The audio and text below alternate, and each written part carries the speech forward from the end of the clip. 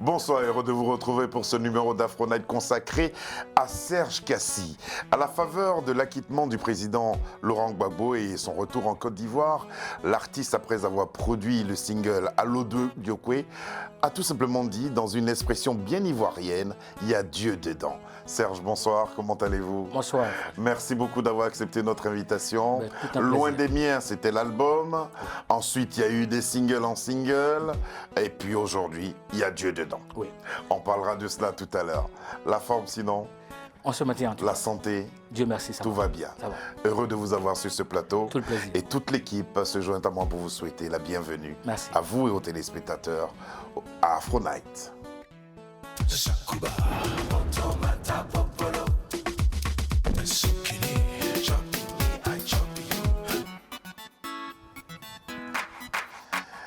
Il y a quelque temps encore, je la fredonnais cette chanson-là. Avenir solidaire. Regardons la vidéo.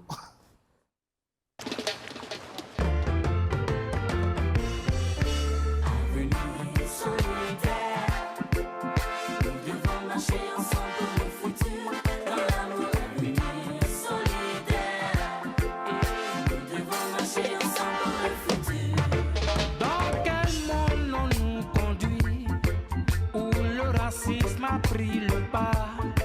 Dans quel monde on nous conduit, où l'homophobie a pris le dessus? Dans quel monde on nous amène, où l'immigré est un paria? Avenir solidaire, nous devons marcher ensemble pour le futur, dans l'amour. Avenir solidaire, et nous devons marcher ensemble pour le futur.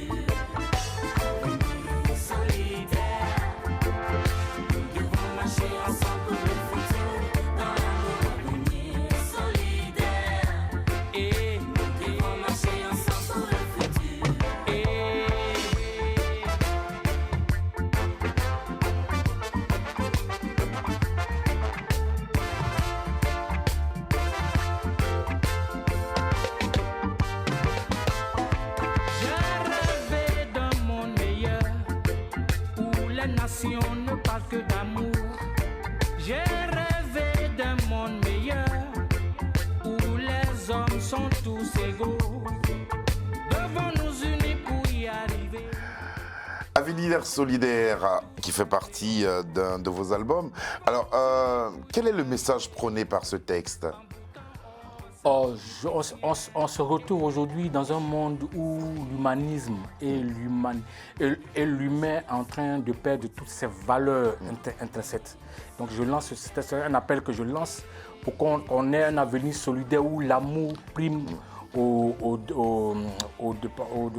depuis de tout ce qui est en train de se passer de négatif, où on est en train de tuer tout ce qui est humain en nous. Alors justement, vous l'avez enregistré cette chanson longtemps avant la pandémie. Oui. Est-ce qu'avec la pandémie, vous avez constaté qu'il y a des changements? Qu'en fait, le projet qui est derrière cette pandémie est en train de nous, pour moi, je dis tuer l'humanisme et l'humanité. C'est vrai. Parce que toutes les valeurs, c'est-à-dire aujourd'hui, tout ce qui peut nous amener à nous aimer, à nous attraper, à nous, tout est en train d'être tué au profit d'un soi-disant besoin, comme ça, un soutien sanitaire qui est en train de diviser ce monde, qui est en train de tuer tout ce qui est famille, tout ce qui est amour. Et quand on est vacciné comme moi, on a tendance par moi à se méfier de ceux qui n'ont pas le vaccin, malheureusement. Alors que on n'en a pas besoin dans ce monde dans lequel nous sommes en train de partir, et c'est dommage. C'est dommage qu'il y ait aussi ce virus-là. Serge, la rencontre avec le reggae, comment s'est-elle faite, succinctement? Disons que nous sommes les enfants, si tu veux, de la génération Bob Marley. Ouais. On était des étudiants dans les années 80 et autres. On était élèves déjà dans les années 80 et autres. Et puis l'envie de parler anglais. L'envie de voir quand on voyait les Bob en train de parler de l'Afrique. C'est surtout les messages véhiculés dans ce courant musical. Et les choses. Oki Martin, tu te rappelles de ce oui, qui nous véhiculait ça et qui nous expliquait en anglais, il nous expliquait déjà ce que c'était et qui parlait de l'Afrique, de l'Afrique qui nous ont amenés dans ce courant musical-là, parce que je me suis dit, voici des fils d'Afrique déportés loin de l'Afrique qui parlent de l'Afrique et de tous ces problèmes. Mais pourquoi pas, nous, jeunes Africains, de parler avec ce courant musical de l'Afrique? Un courant musical qui permet un message, et c'est aussi ce genre musical qui va établir votre engagement. Oui, parce que une prise de conscience. C'était une prise de conscience. Et puis, il faut dire que dans cette année-là aussi, il y a eu un grand frère qui s'appelait Alpha Blondy, qui est venu des États-Unis et dont un premier album a été un boom, un boom dans le pays, avec qui j'avais joué, avec qui j'étais, avec qui je fais beaucoup de choses jusqu'à ce qu'il sorte et tout. Et puis bon, ça nous a encouragés, si tu veux, à embrasser ce courant musical, parce que le peuple, toute la jeunesse en Côte d'Ivoire était friand de ce courant musical jusqu'à ce qu'on dise que la troisième terre promise du reggae, c'était la Côte d'Ivoire. Après Jamaïque, Londres, voilà. C'était Abidjan. Voilà. De tous vos titres, quel est celui qui symbolise justement votre engagement? Oh, je suis père de plusieurs bébés. Oui. De plusieurs mais celui qui véritablement si je veux faire un truc pour répondre à ta question, c'est celui qui m'a permis de me faire connaître, d'exploser, de faire connaître mon premier truc I'm Proud avec C'est pas Danny Blow, qui a été ce titre-là qui m'a propulsé et qui a permis aux Ivoiriens de savoir qui est Serge Kassi. Dans son engagement et qui n'a pas changé depuis 31 ans. Et quand vous êtes arrivé en France, vous avez fait la rencontre d'une autre voix de cette musique reggae, parce qu'entre vous, c'est la véritable solidarité, c'est Tiwoni avec lequel vous avez chanté tous ensemble, Positif.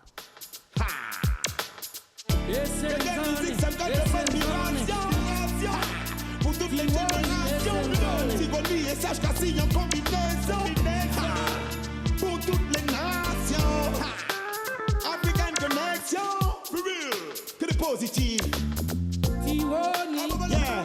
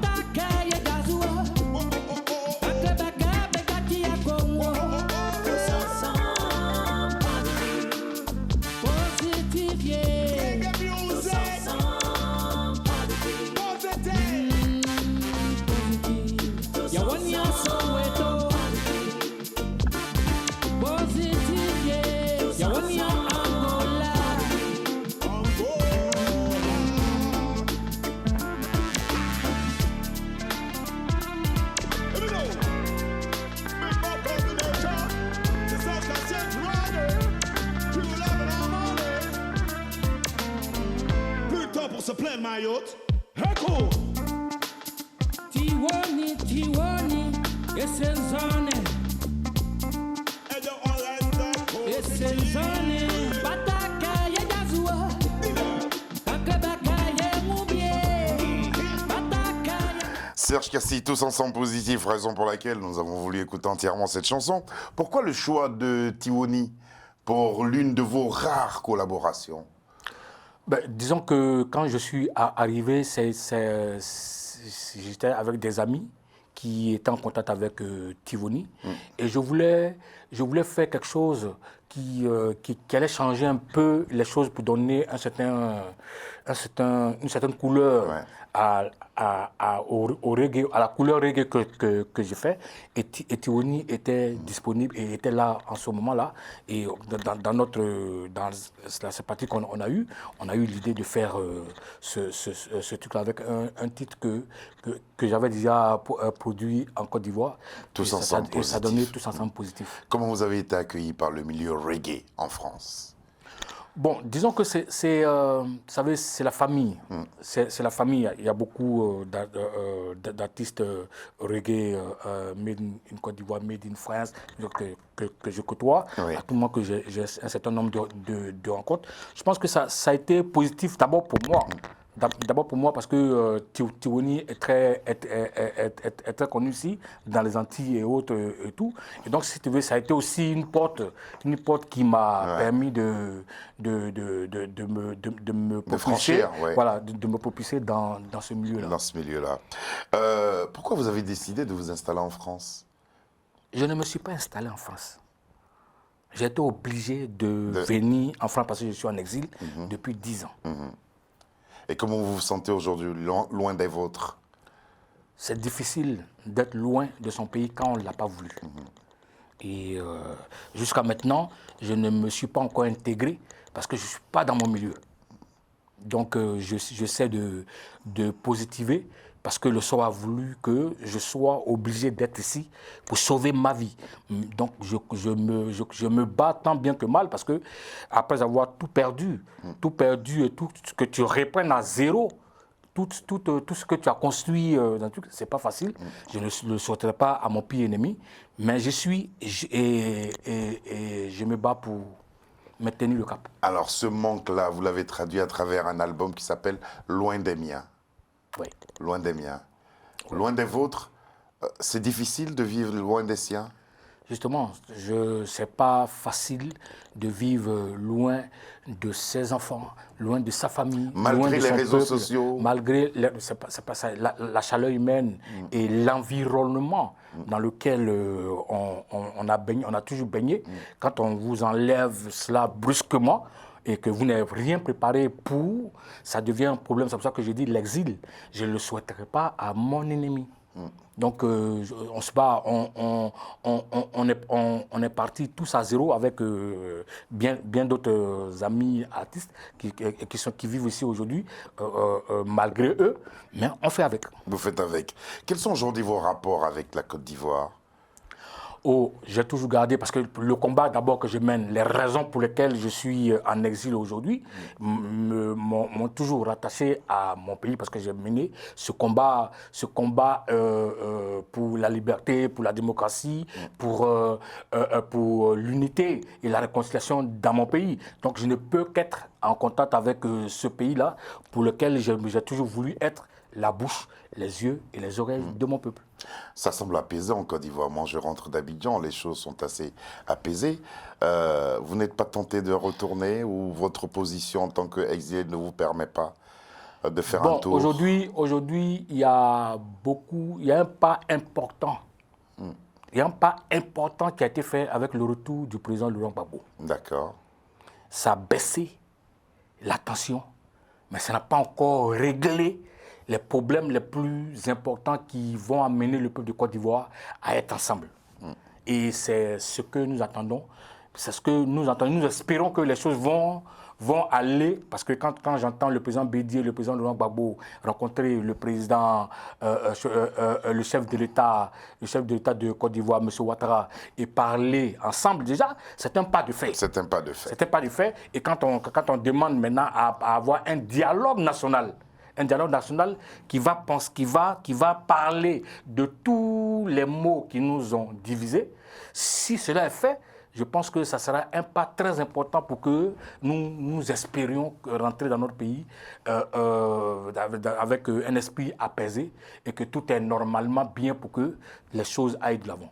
Serge Kassi, voici venu Allo Diokwe. Ça date d'il y a quelque temps, tout de même. Allo Diokwe, allo Diokwe, ils ont tué mes parents à Diokwe. Ils ont tué mes frères à Diokwe. Allo Diokwe, allo Diokwe, allo Diokwe. Ils ont tué mes frères à Diokwe. Allo Diokwe, ils ont tué mes parents à Diokwe. Allo Diokwe, ils sont venus du nord du pays. Oh Lord, ils ont atterri à Diokwe. Oh non, ils se sont emparés de la vie. Mijo, ils l'ont encerclé et l'ont bouclé. Gadiseli, sous l'œil vigilant de l'ONUCI. Devant le silence de Babylone, François Kensi, 1000 jeunes ont été exécutés. Yeah. Allo Diokwe, allo Diokwe. Serge, chanter des faits aussi douloureux, l'objectif c'est d'atténuer les peines ou il faut chanter pour oublier? Non, ni l'un ni l'autre. On ne peut pas qu'on oublie. Oui, parce que il y a eu des faits très importants qui sont passés, douloureux, qui sont passés dans mon pays, où en une nuit, on a exécuté 1000 jeunes à Diokwe. Et bizarrement, la communauté internationale qui est prompte à attraper Gbagbo Laurent pour l'amener à la CPI parce qu'on dit qu'il a tué 7 femmes d'Abobo, est restée muette sur l'exécution des 1000 jeunes à Diokwe. Je n'ai pas trouvé ça juste. Et l'artiste que je suis avait ce devoir de ne pas être complice de l'histoire et complice de ces Occidentaux qui sont prêts à nous donner des leçons là où on parle de droits de l'homme. C'est pour ça que j'ai composé cette chanson pour que l'humanité n'oublie pas qu'il y a eu un génocide dans mon pays, à Diokwe, et donc tout le monde s'est tué. Tout le monde s'est tué. Parce que ceux qui sont chargés de raconter notre histoire à notre place ont protégé leurs intérêts. Point. Aucun pays africain aurait pu vous accueillir? J'étais au Ghana. Oui, dans cette demande d'exil. J'étais au Ghana. Ouais. J'étais en exil au Ghana. J'étais en exil au Ghana. J'ai passé 6 mois au Ghana. Et j'ai estimé à un certain moment que mon combat ne se trouve pas au Ghana. Que mon combat se trouvait là où se décidaient les choses pour l'Afrique, en France. Je suis venu en 2011, le 26 octobre, pour mener le combat avec toute la diaspora africaine et ivoirienne dans ce pays. Il y a Dieu dedans. C'est une chanson dédiée à Laurent Gbagbo. Quels sont vos liens avec le président Gbagbo? Non, cette chanson n'est pas dédié au président Laurent Gbagbo. Il est dédié à tous ceux et celles qui, dans les 4 coins du monde, se sont levés pendant 10 ans et qui ont cru, qui ont eu cette foi-là à que la vérité finirait par triompher parce qu'on a déporté un leader africain à la CPI dans un mensonge total et éhonté. Et 10 années après, ils ont cru. Ils ont eu cette foi-là parce qu'à tout moment, dans tous les coins, dans les 4 coins du monde, ils n'ont que fait parler de l'éternel des armées. De l'éternel des armées qu'ils ont foi qu'il allait sortir. Et cet éternel-là a répondu à leur attente. Donc, c'est le couronnement de 10 années de combat pour ceux qui, de près ou de loin, se sont battus Quels sont dans vos la liens neige. avec le président Gbagbo? Le président Gbagbo, si tu veux, est un... Pour moi, d'abord, je n'ai pas connu Lumumba. Je n'ai pas connu Kwame Nkrumah. Je n'ai pas connu tous ces leaders africains, Samori et autres. Mais Dieu m'a donné la chance de connaître ce leader panafricain qui est Gbagbo Laurent. Donc je l'ai connu depuis les années 90 d'ailleurs. C'est lui qui m'a relevé. Qui m'a relevé en 90 quand j'ai sorti mon album et que j'ai été censuré en Côte d'Ivoire. C'est lui qui a lancé un appel à tout le peuple de Côte d'Ivoire d'acheter mon CD. Et tu as vu que c'est près d'1 million de cassettes qui sont sorties. Parce que, en fait, je partage les mêmes idéaux. Parce que les idéaux qui véhiculent, le message qui véhicule, sont ce que me sied, et c'est dans ce combat-là que je suis. Donc j'ai vu en lui le Lumumba, le Kwame Nkrumah, que j'ai aimé quand j'étais étudiant. D'accord. Vous pensez avoir contribué à son acquittement, à sa libération? Je ne veux pas dire que j'ai contribué parce que pour moi c'est Dieu. C'est Dieu. C'est Dieu qui a permis cela parce que on a déporté Samori Touré, on a déporté tous nos ancêtres qui se sont opposés aux impérialismes, aux impérialismes qui nous ont, dans la traite, on a tous déporté, personne n'est venu. Gbagbo Laurent seul, le seul leader panafricain, est venu de sa déportation dans son pays. Pour moi, c'est Dieu. D'où ce titre avec une expression vraiment ivoirienne. Il y a Dieu dedans. Serge Kassi. Il y a Dieu dedans.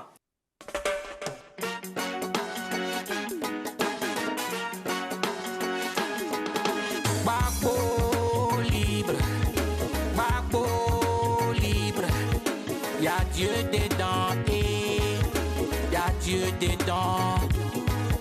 Gbagbo libre, y a Dieu dedans et y a Dieu dedans. Ils l'ont amené à la CPI, ils nous ont dit c'est bouclé géré.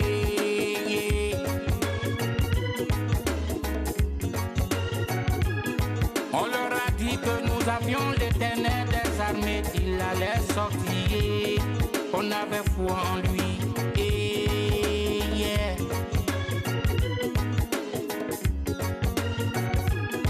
Ils se sont moqués de nous en nous demandant où il est, notre éternel des armées.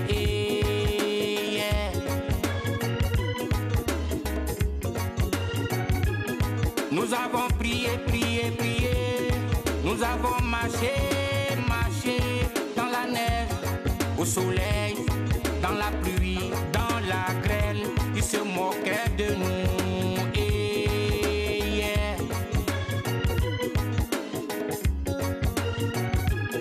Un matin, un coup, on attend. Gbagbo est libre. Innocenté, il est acquitté, il rentre dans son pays, il est au pays, il y a Dieu dedans. Gbagbo libre, y a Dieu dedans. Le président Gbagbo a écouté la chanson? Oui, on m'a appelé pour me dire qu'on lui a remis son CD. Et comment le collectif Gore, la galaxie Gore, Gbagbo Bourien, comment ont-ils accueilli ce titre-là aussi? Il est sorti déjà à Paris il y a un mois. Ouais. Là, en Côte d'Ivoire, il est sorti le 14 dernier. Wow. Je pense que les choses sont en train d'avancer et les gens sont en train de prendre déjà le CD et en ligne aussi ça commence à aller, donc c'est bon. Qu'est-ce que vous avez ressenti lorsque le président Gbagbo est allé à la rencontre du président Ouattara? C'était le 27 juillet dernier. Qu'est-ce que vous avez ressenti? J'ai trouvé qu'il y avait un pas qui était fait dans le cadre de la réconciliation parce que ça a baissé les tensions à 50%. Et c'était important que le président Laurent Gbagbo le fasse pour démontrer aux yeux du monde que malgré tout ce qu'il a subi comme injustice, il était un homme de paix. Et je pense que c'est bien pour l'avenir. C'est bien pour l'avenir. Et déjà, il y a des prisonniers politiques qui sont en train d'être libérés. Ce matin, on en a encore libéré. On a espoir que les choses vont se faire et j'encourage le régime en ce moment à faire davantage en libérant tous les militaires et tous les civils prisonniers politiques qui sont dans les geôles. Les perspectives sont bonnes. Oui, j'ai espoir. Voilà. Il faut avoir aussi la foi, comme vous croyez en Dieu. Ça aide. Tout ça y est, mais nous observons. D'accord. Il y a Dieu dedans, c'est le dernier single de Serge Kassi, disponible depuis... Oui, depuis le 14, il est disponible en ligne sur toutes les plateformes et à Abidjan, dans les bacs, il est disponible. On va courir et faire rapidement un face-à-face tous les deux. Voici venu le face-à-face. Serge, quel est votre chiffre fétiche? Oh, je dirais le 7. Le 7. À qui tenez-vous le plus au monde? À Dieu. La dernière fois que vous avez pleuré, c'était à quel sujet? Quand j'ai perdu mon père et que je ne pouvais pas aller en Côte d'Ivoire l'enterrer. C'est douloureux. Qu'est-ce qui pourrait vous faire arrêter la musique? La mort. La mort. Quelle est votre définition du pardon? Le pardon doit venir du cœur. Le pardon doit venir de l'esprit. Le pardon doit être total. Quel est le nom de l'instituteur ou du professeur qui vous a le plus marqué? Je dirais Monsieur Camara au CP1. Mon instituteur de CP1 s'appelle Monsieur Camara. Pourquoi? Non, parce que j'étais le plus petit de toute la classe, mais c'est moi il a choisi comme chef de classe. Chef de classe. Ils vous rendaient déjà leader à l'époque. Merci beaucoup Serge Kassi d'être venu partager ce plateau avec nous. Nos sincères amitiés au collectif Gore et puis à Gagiseli qu'on a vu dans le clip, aussi à Keraïm et à tous les artistes, toute cette équipe d'artistes et tous les autres. François, en tout cas. Merci beaucoup. En tout cas, merci. Non, je vous en prie. C'est la moindre des choses que partager ces moments-là avec vous. Merci beaucoup. Merci d'être venu Serge Kassi. Merci à Sabir Gaïb qui a réalisé cette émission, à Lucie John qui s'est occupé du son et un grand merci à Charles Serrito qui nous a aidé à la préparation de cette dernière que nous avons présentée avec beaucoup d'engagement. C'est ça, hein? Engagement, toujours l'engagement. Beaucoup d'engagement et de plaisir. Bonsoir et à demain.